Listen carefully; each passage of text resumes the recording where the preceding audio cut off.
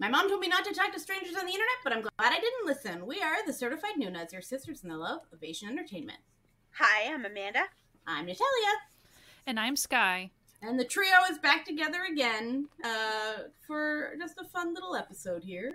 One that we like to call Drama Gems. That's right, Drama Gems are back, where we bring you some dramas that we like that you may have missed if you're newer or forgotten about if you're not newer to the drama watching community. So we usually have like a bit of a loose theme, shall we say. Very loose theme. And so our loose theme today is dramas we watched before we started the podcast. Ooh. Which, for the record, so we started nearly 5 years, so it'll be 5 years in October. Mm. Mm-hmm. We're old. Yeah. So it definitely has to be pre that. Yeah. Like it had to at least exist then. Pre that. Yeah. Or earlier. Yep. I mean, as we've sort of discovered trying to do our 12 for 12 challenges, like you go back to a certain time period and you're like, oh, I've watched everything. Like, you haven't, but like it feels like you have, you know. I've watched every drama in 2013. I haven't, but when I was trying to find something for that year, it felt like I had. Yeah. You probably watched all the ones you had even half an interest in because you were way into it. Well, and because I started watching in 2016, so 2013, 2014, 2015 dramas, that's what was available to watch because it was, I couldn't watch 2018 dramas because it was 2016. Yeah. Right. Yeah. So, oddly enough, I did not own a time travel device. Not yet, anyway. One day. A time travel television, like, that lets you watch shows in the future. All right, keep these great ideas for the next time we do a Roll for Drama episode. Come on now. So, for anyone who's maybe new to the podcast, we all started watching dramas at wildly different times. So I think I started watching Korean dramas in about 2011-ish, 2012-ish. And just haven't stopped. I left my old life behind. We don't know her. She's gone. Asian dramas are my only personality now. Amanda, when did you start? 2016. I think it might have been early 2016. Was it earlier than that? It might have been the end of. I think it was 2016. Right. Yeah, maybe the end of 2015. Like I might have picked it up around like December-ish or something. Yeah. But that was sort of my. Yeah. And for me, I started watching pretty much February 2018, and we started the podcast in October 2018. Mm-hmm. So she's the baby of the podcast in multiple You're like ways. The Mackinac. Yeah. Yeah. So I had more than a few under my belt before we started the podcast, but I still to this day, I still am playing catch up on, ones I'm interested in from a lot, even 2018. Like, I'm always playing catch up, but definitely there's only so many hours in the day, right? But definitely prior to 2018, because if that's when I started. So like, the backfill of there's a lot of not the hyper mainstream stuff, but also just things within genres that I'd be really interested in, or actors or actresses that I really enjoy, going back through their catalog. So the way we do the podcast, with sometimes doing actor deep dives or themes or what, it's really helped me sometimes dabble, or the 12 for 12 challenge really helps too. But yeah, since I'm the experience wise, I definitely, when we started the podcast, I don't know what number of dramas I had under my belt. It wasn't a lot. It was probably, if I had to guess, 20 to 30. Like when we started. 30 is probably pushing it. Yeah, For I don't know a if it's respectable time with period. I don't know if it's respectable or a good thing to watch that many dramas in that short of a period of time. But that might have been what happened. Testament to how your life is gonna go from then on. Yeah. So have I kept up that pace? No, but that's fine. That's okay. You have a life. So she says, looking deadpan at the camera like she's in the office, unlike myself. So yeah, so we did all have different start years. I feel like and Jessie stuff. was sort of more in the Natalia start range. Yeah, she was earlier, like with me. Yeah. Now, one thing I do admit, and I always forget to mention this, because so I did have a little bit of exposure to some, like, I had a Korean movie that I liked because I liked The Lake House. I liked Il Mare, which was the original, so, like, I knew about that. I owned that. I did get into anime a little bit, probably the year prior I got into Asian dramas. So I watched a live act. So I watched a J-drama way before I was kind of purposefully watching J-dramas. I was watching an anime adaptation. So I had a little bit here and there, but I wasn't. Yeah, same. I didn't know the rabbit hole that was. See, dramas. Yeah, and I definitely started. I didn't really think about it that way until I got hardcore into Asian dramas, and then it was like, people would bring up these classics, and I'd be like, oh yeah, I've seen that. Like, I've seen that movie. I've seen, because in Canada, in Toronto, there's this channel called City TV, and at night they would play, like, late night on the weekends, they played international films all the time. And so, being a college student in the late 90s, early 2000s, I'd be up late at night, and it's right there, so you just put it on. And I watched all kinds of different, like, people bring up stuff and they talk about Chungking Express, and I'm like, I love that movie. Oh yeah, I love that movie. Like, and I had watched it a bunch of times, because that was the other thing. They would replay the same movie a frequent amount of times. And, like, I watched anime, like, they would have late night anime, like Aeon Flux and stuff, on the youth television channel and stuff. Like, so I had been in it, but not sort of like where it becomes a lifestyle kind of in it, just sort of peripheral. Yeah. I made it a lifestyle so quickly, you have no idea. I was like, this is my personality from now on. So should we just get right into our gems, our pre-podcast? Listen, and when we say gems, I just need to say this for when we get to my turn. Sometimes we're not saying these are the greatest dramas. We're saying we enjoyed them, and you might too. Keep that in mind. Yeah, we enjoyed them, and you're wanting to talk about it. So you're recommending it on some level if you're bringing it up right now. Like that is it a recommendation for every single person? No, but we're wanting to at least talk about, like, for us it was a gem. They're at least. It's at least a recommendation for some version of a person. Exactly. So my first drama gem that I thought of that came to my mind was a 2017 drama. I think I watched it as it was airing with my sister, or sort of semi as it was airing, called Radiant Office. And I don't see people talk about this one much. It is, I don't remember it being super popular at the time. And it's, like, only on Kokowa now. Like, it's not one of these ones where you can find it on 16 different streaming sites or whatever, because it's so popular. It deals with some heavier issues.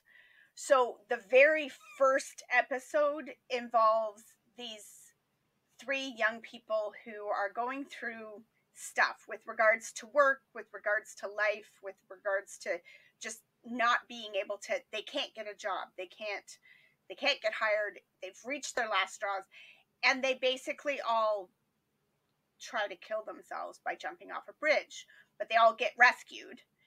And while they're unconscious in the hospital, they basically overhear the doctor, the three of them are in the same room, they overhear the doctor saying that it's lucky that these people got brought into the hospital, that this person got brought into the hospital, because if they hadn't, we might never have known that they were dying of cancer. So they're all like, oh, yay, I survived to find out I'm dying of cancer. That's fantastic. But they don't know which one of them it is, because they've just overheard the doctor having this conversation.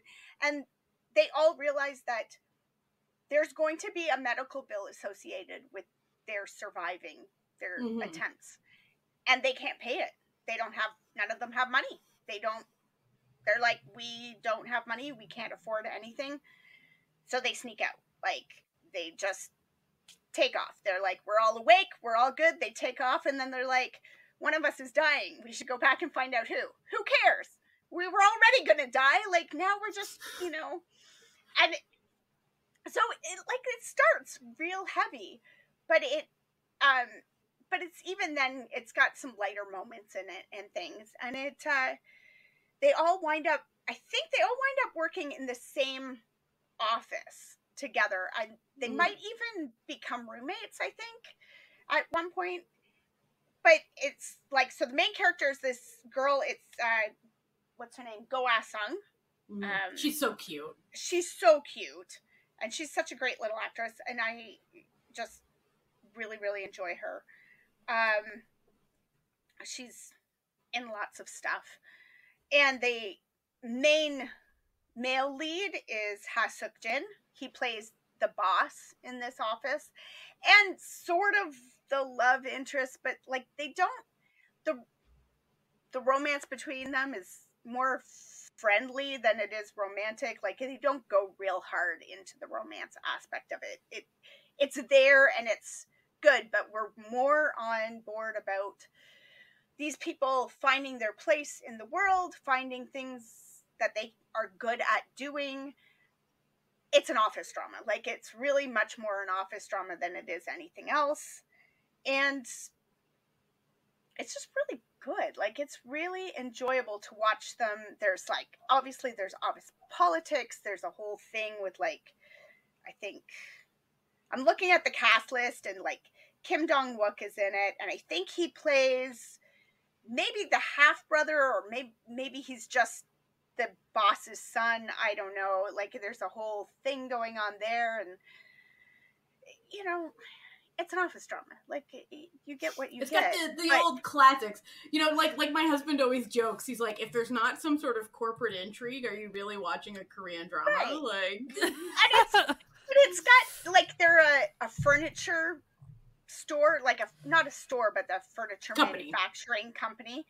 And so there's like cute scenes of working all night, but falling asleep on the bed in the display unit, and waking up in the, in the store in the morning, and the store is opening and you're sleeping on the bed, and like, so there's like cutesy things like that, but it's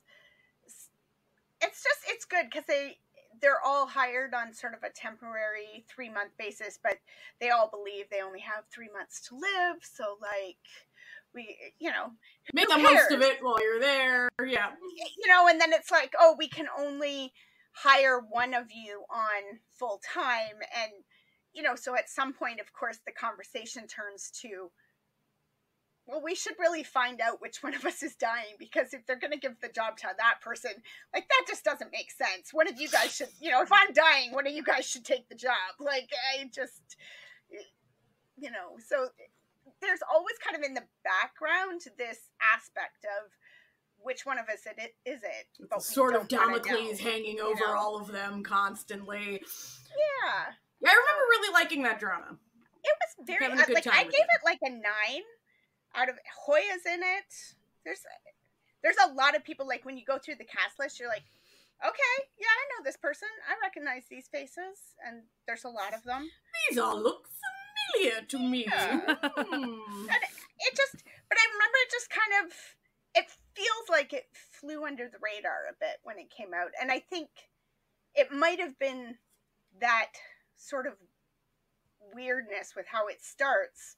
You kind of don't know what you're going to get. Like, is this going to be a comedy where they're just constantly making fun of the fact that people are suicidal and dying and stuff? Like, that doesn't seem like something I want to watch, but it's really not. Yeah, like when you were explaining that, I'm like, wow, I wouldn't have thought a show like that would Amanda.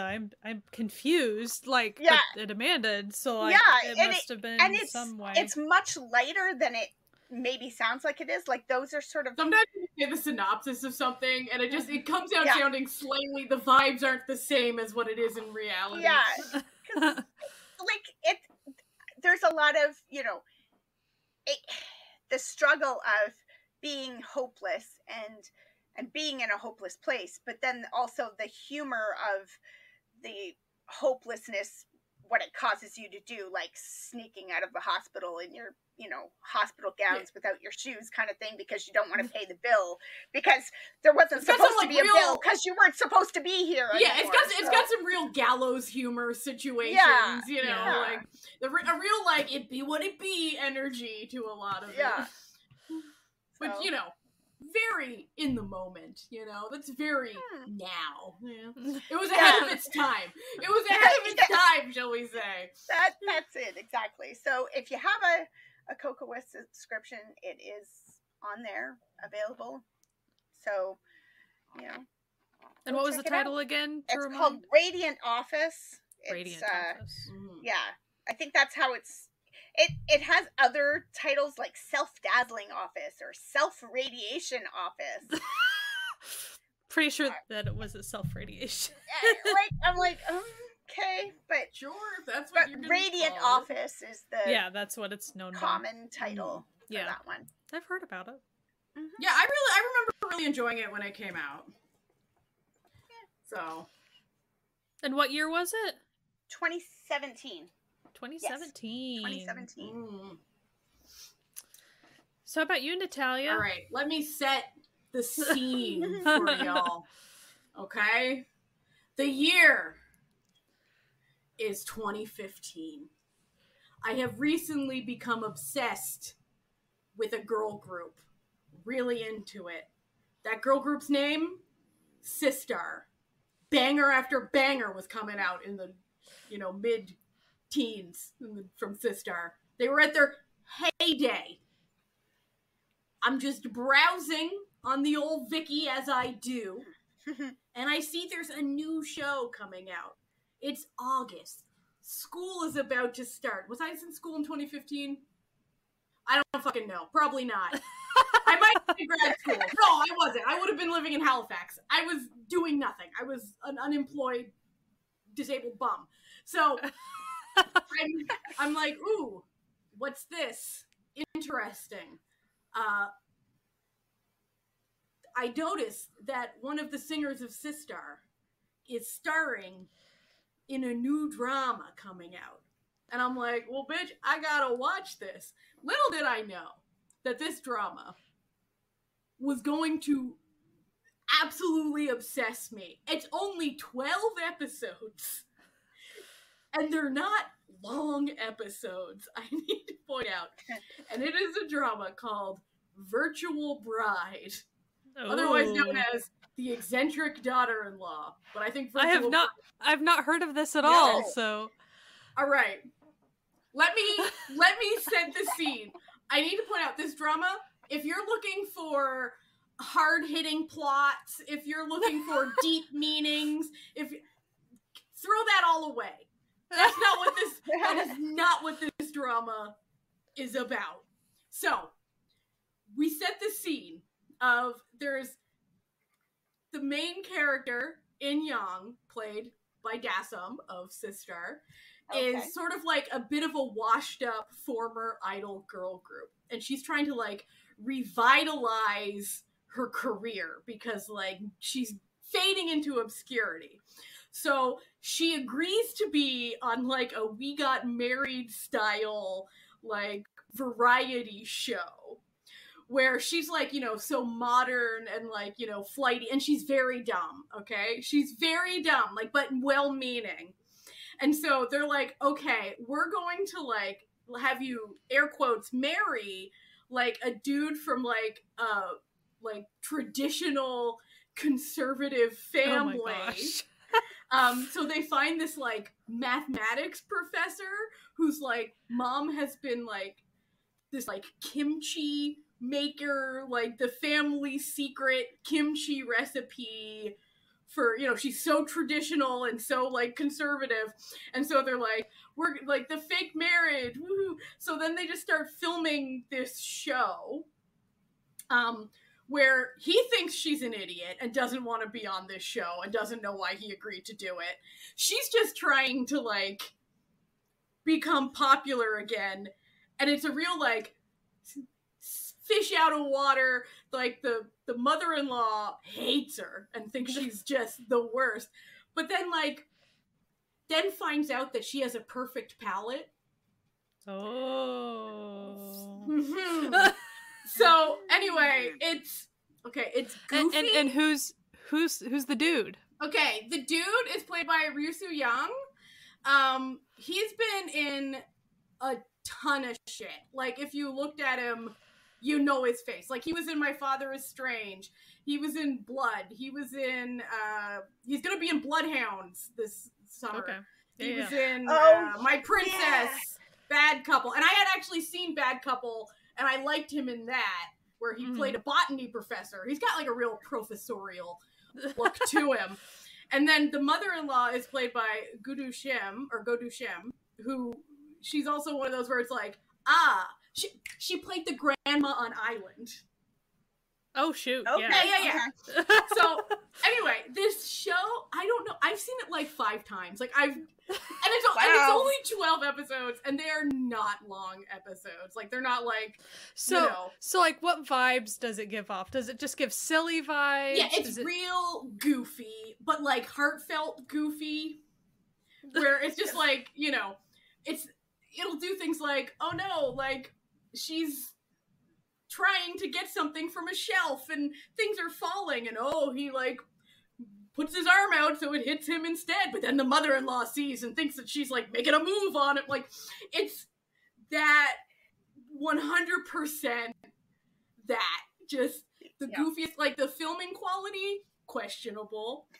The writing, questionable. But the fun levels, off the roof. And it's just like, I don't know what it is. What about this show really hit right for me at the time? But I now feel like I want to go rewatch it now that I'm just talking about it. And as I said, it's only 12 episodes, and the episodes with opening and ending credits are under an hour, so it's not like long at all. It's just so fun. It was just such a fun little show. And, you know, it had... And I think that shows should be allowed to just be fun and stupid sometimes. Oh, yeah. Yeah. And you need that sometimes. You definitely need that sometimes. And it's, you know... It was, you know, and then it has them, you know, obviously, like, this isn't even going to be a spoiler, because, like, we know the type of show that we're going into. It's like, how is this, like, you know... How is it going to turn around? That's always like, how are they going to do that? How is this, you know, absent-minded professor who only cares about math going to suddenly fall for this, like, ditzy, like, girl in a miniskirt, woohoo, like, you know, and it's like, and then the situations that they get put in for, like, this show are so believable, but, like, the mother-in-law being so horrified at, like, what is being filmed because, you know, to her conservative, you know, so I'm sure it's like, so inappropriate. Like waking up in bed, or no, like, they'll be, like, doing, like, yoga, or, like, you know, like, it's always the super couple-y stuff. Yeah, just dumb shit that no one would think twice about unless you were really conservative and you weren't used to, like, basically the city girl who was, you know, wears high heels and tank tops, and, you know, it's delightful. And it really was a real good primer for those who maybe have not experienced a family drama before and didn't quite want to go into a weekender right off the bat. You want to, like, ease your way into, like, what is, like, a terrible, over-commanding mother-in-law? But what I liked about this one, other than a lot of those, is that the mother-in-law actually changes and becomes a better person from having known someone different than her. And then, you know, the main girl also changes and becomes a better person from knowing her mother-in-law, and, like, they grow together, which, let me tell you, a lot of weekenders, they don't, they may have like 80 episodes, but they don't get there. Or they try to sell it like that, and it's like, but you didn't give that to us in the actual progression of the character. Like, the person's still bad. The person's still terrible. But then at the end, they're like taking a picture together, and it's cute. But it's like, you're like, but these people still hate each other. Like, yeah, it's like, but you're still a bad person. But, like, at the end of it, you truly believe that it's like they now love each other. Like, they have now grown to. That's cool. Yeah, so it's for a very compact little show. Sold, because I still need a 2015 drama for my. Well, there you go. If you're looking for that elusive 2015 drama for the 12 for 12, I got a short little one for you. I have not, like, listen. Mine's from 2015. Just saying. Is it? All right. Listen, is this an incredible drama? No. Does it have incredible cinematography? It looks like a bad soap opera. Like, is it goofy? Yes.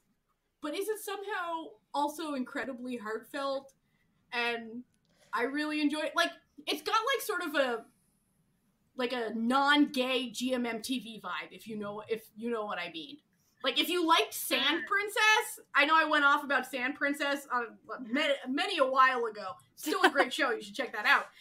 If you like that, if you like the vibes of that, you'll like this. Like, it's, you know, it's goofy and fun, but it's got heart, and it makes you feel nice when you're watching it. And how many times do you think you've watched it? Like 6 times. Yeah. Because, you know, so when you like, listen, I'm one of those people, when I like something. You're a comfort watcher, especially. Yeah.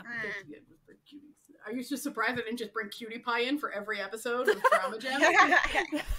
But this was Cutie Pie before I got Cutie Pie. But yeah, like, it was your straight Korean. It was straight Cutie Pie. The Cutie Pie without the gay stuff. Yeah. No, it's literally nothing like the show Cutie Pie. Don't take this out of context by thinking that they're the but same. as far as how you use the show for yourself. Yeah, like, for my own, it's feeling good. That was the little hole that it was in. It's a similar space. So it's silly, goofy, and cute, and, like, the cast is good.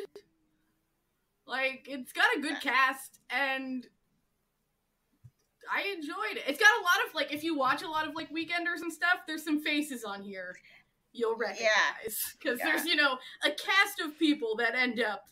So that's kind of interesting. I wonder how that happened. Like, because it sounds like it was like a Weekender light, is what it sounds like on some level. Yeah. The way you sold it. Yeah, it kind of was. And, like, when you click a lot of these, like, people and you see, like, oh, like, most of them, like, most of their shows, it's like 124 episodes, 100. Right. You're like, oh, these were all, like, soap opera actors that are just, like, on this. Because that's definitely what I know him from, is from Weekenders. Yeah. Like. Yeah. But, yeah, and, you know, it's you know, it's a nice show. It's a silly, light, fun show. What more do you want? What more do you want? And also, Sistar. Woo! So, well, there you go. What's not to love? What's not to love? Sky, I hear yours is also from 2015, as you just said. 2015, and I think when I say the title, Natalia's gonna be like, oh. Okay. So, I'll try to set it up a little bit, but it gives it away pretty quick. I mean, I will say, it was the era of, there was just a lot of cross-dressing. There were so many cross-dressing themes. So as far as for me, I only had a handful of months before we started the podcast, but I started watching Taiwanese dramas first on whatever was on Netflix. So like that's how I started getting into Asian dramas. Natalia is wording to me exactly what I'm going to say. So I knew. I'm so excited we're going to talk about this. Okay, go on. Sorry. It's part of the reason I picked it, because it's just fun. So Bromance was not my first one. Okay, the title is Bromance. I just said that. It wasn't my first one by any means, but like probably about 5 or 6 deep into, or maybe even more. Maybe eventually after I ran out of my George Hugh and Aaron Yan ones, I think I ended up watching Bromance. So, Bromance, and if you will not, if you haven't seen it, which probably a lot of people haven't, you don't know the joy of just. It's just, is it ridiculous? It is so ridiculous. So good. But one thing I want to, so cross-dressing. So it is all about like the main character, who I consider the main character. The character's name is Piano. And it sounds like piano, like the whole time. Piano. Nice. And she was raised like pretty much the parents had a fortune teller situation that said like you need to pretty much raise your daughter as a son for a variety of reasons, like all these reasons, or she'll die, like it was like that type of thing. Yeah. So she presents male, like straight up. And so until her like 18th birth, I don't even remember, whatever birthday, 26th birthday, 26th birthday. Did those characters feel 26? Maybe. He did. Possibly. He felt 30. He felt 26. Yeah, he felt 30. So it's just shenanigans, like plot wise. So she's really trying to figure out like, and she becomes someone's sworn brother, that like, so she pretty much becomes sworn brothers with the main dude, and his character name is Du Jifang, and he's played by Baron Chen, in case you've seen him in other things. Smoke show.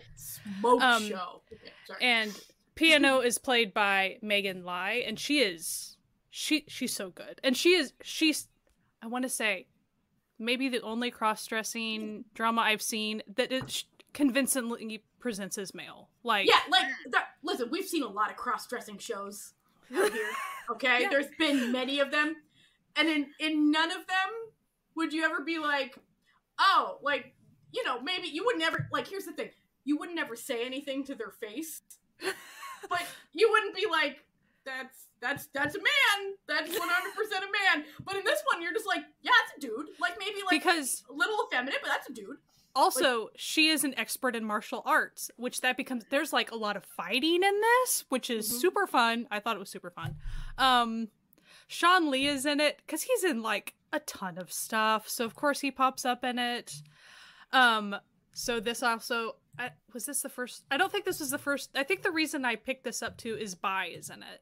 And if you don't know him, he's also a singer. He is Korean Taiwanese. Go check him out. He has a really good voice. And so like he was in either Love Around or one of the George Hugh dramas as like a really, really small character. But this one, like, he's a main secondary character and he's around a lot. His character is very quiet, but he's a barista and it's a good time.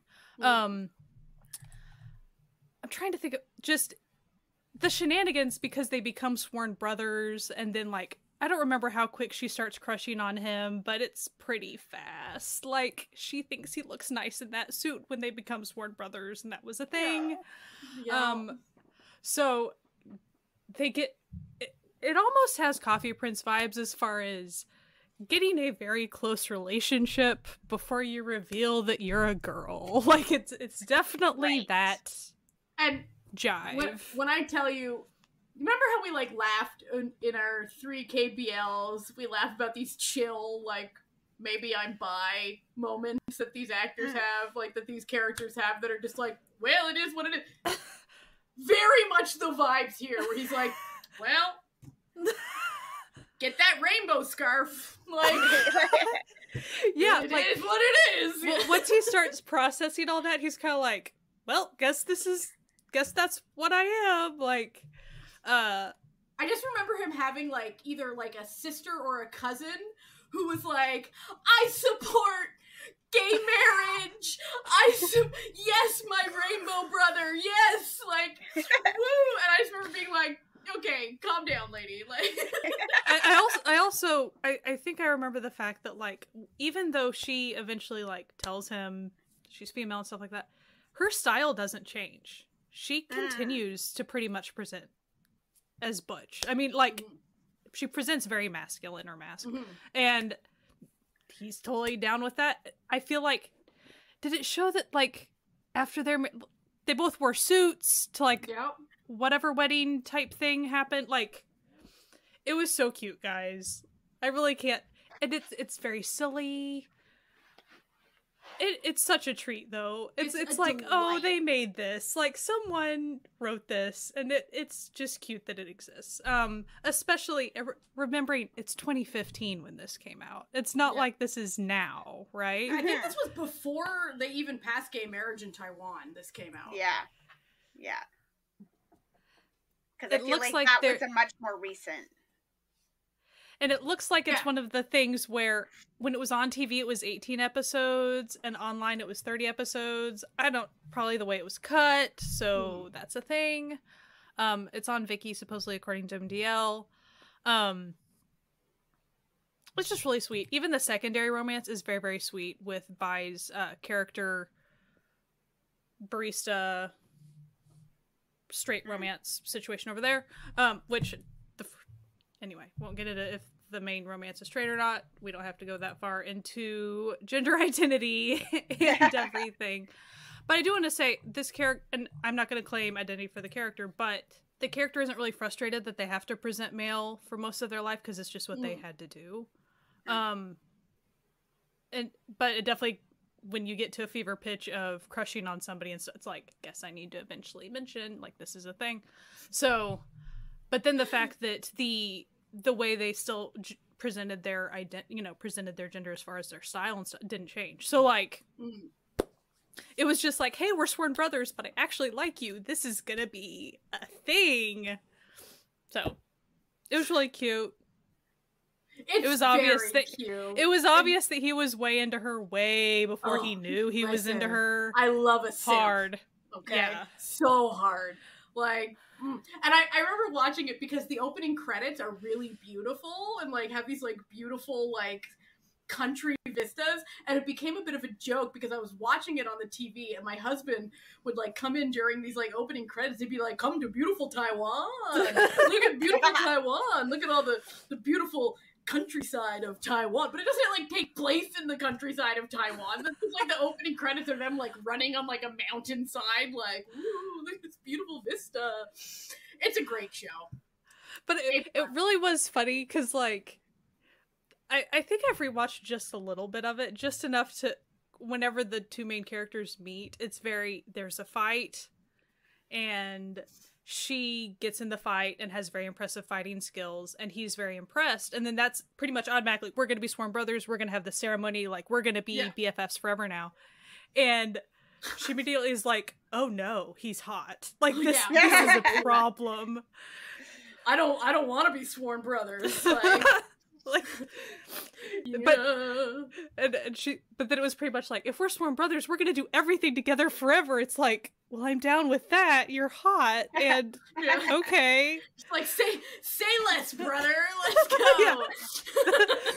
That's pretty much the vibe of how their relationship unfolds. It's so ridiculous, but again, like, and a convincing cross-dressing story, because usually so convincing. Like, you're like, oh yeah, like, I mean, convincing, a little androgynous, but, like, whatever. Yeah, convincing as far as how the character presents and acts, and the actress, like, talked about, like, she tried really, really hard to be super convincing. It was really cool. Like, And she's very talented with martial arts, and so like I think that added a lot to the character. And Baron Shin playing an absolute simp is just a joy. It's just really fun. And there's fun side characters too. Like it's a good one. It's a good one. Yeah, like I'm gonna have to rewatch it now that I've talked about it so much. Look at us. We're all like, man, we should go rewatch these shows. Yeah, right? I think, yeah, like, yeah. Yeah. I'm looking at the pictures. I'm like, oh, there's a baby goat somewhere, and I'm gonna have to rewatch that because there's a baby goat. I honestly don't remember what there was a third couple situation. Sean Lee playing that. It's because it's in another main role. I don't even remember. I think there might have been a draggy aspect to one of the plot lines. He might. Yeah, there was a plot line I remember involving one of their dads, and I was like, okay, let's so like I'm not saying every aspect of the drama is stellar by any means, but like the main couple and the secondary couple were really, really fun to watch. I remember that. So, but there's a lot. And it's not just coupley stuff. There's just a lot of friendship shenanigans because she has at least one or two close friends that she's grown up with and done all the like martial arts and stuff. Like, and so they're always there kind of seeing all the like, oh no, she's really a girl and she's doing all these things with this guy. Like, it's just so funny. Just so funny. It's a delightful little show. It's on Viki. You can watch it there. Yeah, it's a shame because I'm pretty sure it used to be on Netflix. It did. That's where I watched it. It was on Netflix, but I don't think it's still there in Canada. Anyway. Yeah, but it is I on will Viki. Triple check on USA side. But I feel like, sadly, a lot of those Taiwanese shows that I first watched are no longer on Netflix. Because Netflix likes to do that. Yeah. Well. Bromance is no longer there, but what pops up is Boys Over Flowers. No, it's not quite the same vibes. Not really. Also, it's funny whenever you search bromance. Of course, people are talking about the genre, or the trope or the genre, and it's like, no, I'm talking about the actual show title. And you know what's fun about this one? It's like it's called bromance, but it's not actually bromance. So it's a fun little play because a lot of times when they'll take these, gay stories and then make them bromance, but this one's doing kind of the opposite where they're like, okay, it seems like it's bromance, but it's really, say with me, romance. But I, like, again, I don't want to claim gender identity for the character or anything, but there's some genderqueer vibes happening with that character. So, like, it's pretty cool. But it's not like they oversell that or anything. It just is what it is. Now, as far as, have I rewatched it to... I was going to say, you've given me a difficult choice now, because now I have two 2015 dramas that sound good. Well, this is what we do. Natalia, if we had to pick for Amanda between our two dramas... Well, I will say Virtual Bride will take you less time to watch. This is what I'm thinking is... Maybe bromance goes on the list for next year because I need something short to just bang out because I'm running behind. But running behind? I'm so behind on the 12 for 12. Woo! It's fine. It's fine. I'm just gonna make the list work for me at this point. That's what I gotta do. It's not supposed to be stressful. It's supposed to be fun. It's supposed to be fun. Yeah. But I really do. I think everybody would like bromance? No, but like, give it a shot. The bill of goods it sells you in the first, I think, couple of episodes, it's what you get. So if you're not vibing with it, then that is what it is. That's fine. Like, and also, it's very much a Taiwanese drama. So if like you're really unfamiliar with like sort of, because there are different, like the vibes are different in Thai, like between like the different countries' dramas. So if you're like not used to the vibe, it might take a little longer to get into. Yeah, but it is fun. It is a fun drama. Like, is the production quality slick? Okay. It's not bad. It's 2015. It's not like it's ancient or anything. It's fine. Yeah. Listen, it's not, it is what it is. Is there some awesome poofy hair? There sure is. You know there is. Like, think like some second gen K-pop. Yeah. Oh, yeah. Oh, yeah. There's also some really good music. I feel like Bai might have done at least one song. The theme song was a real banger, which is but yeah. So those are our drama gems for today. A little short episode today, but and we'll be doing second picks over on Patreon. So if you are part of the Found family, there's a second pick for you awaiting a whole second episode for our patrons only. Anyway, thank you for listening to this little episode that we did for y'all. We hope you have a fantastic week. You can find us wherever podcasts can be found. We are also on YouTube, which just added a podcast feature. So we're now considered a podcast on YouTube. I don't know what that means. Maybe they have a podcast app for YouTube. I don't know, but all of our episodes are there. You can, also find us with all our episodes on our website, certifiednoonas.com, which has links and time codes to everything that we talk about. So if you were like, man, I wish I could find where they said that drama was, well, it'll be linked. We'll link you to it. You just go to the website, find the episode, it's there. Anyway, and if you want to support this podcast and get the special second pick, you can go to patreon.com/certifiednoonas, become a part of the Certified Found family, our family on the web. We love them. They're the best. And they get little extra mini episodes and stuff. So, yeah. So anyway, thank you for listening to us. We will be back next week, as always.